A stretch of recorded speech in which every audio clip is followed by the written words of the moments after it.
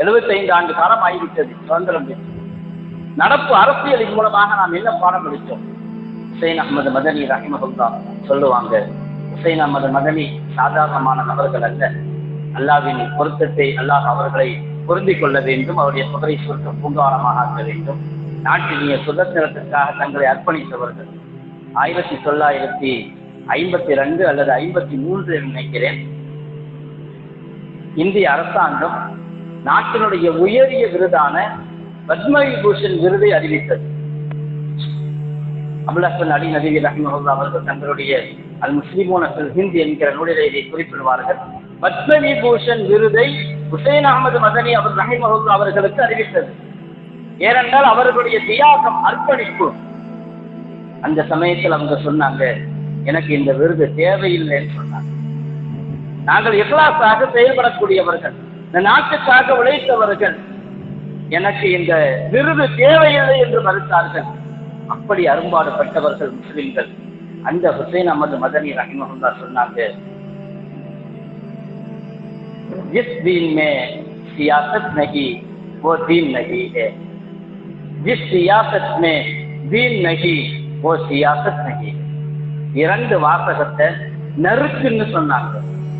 எந்த மார்க்கத்திலே அரசியல் இல்லையோ அது மார்க்கமும் அல்ல, எந்த அரசியலிலே தீன் இல்லையோ அது அரசியலும் அல்ல. நம்ம அன்னைக்கு சொல்லிட்டாங்க. ஆனா அதனுடைய அருமை பெருமைகளை நாம எந்த அளவுக்கு உணர்ந்து இருக்கோம்? மார்க்கத்தோடு இஸ்லாத்தோடு அரசியல் எந்த அளவுக்கு இறங்கத கலந்திருக்கிறது என்பதை எவ்வளவு காலமாக நாம் புரிந்து கொண்டிருக்கிறோம். அரசியல் என்றால் அது சாக்கடை, அதுக்கு பக்கத்துல போகக்கூடாது, தேர்தல் நிற்க கூடாது, அதுல பூரா பொய் தான் பேசுவாங்க, அதுல பூரா அநியாயக்காரங்க தான் இருப்பாங்க, அதுல பூரா ஊழல் செய்யறவங்க தான் இருப்பாங்க. இப்படியே பதிய வைக்கப்பட்டு ஒரு காலம் வரையிலும் எத்தனையோ பேர் ஓட்டு கூட போடாம இருக்காங்க. வாக்குச்சாவடிக்கு போறது நம்ம வேலை இல்லை. அவங்க சொல்லுவாங்க, நம்மிடத்துல இப்படி ஒரு தவறான விளக்கம் மனசுல பதிஞ்சு போச்சு.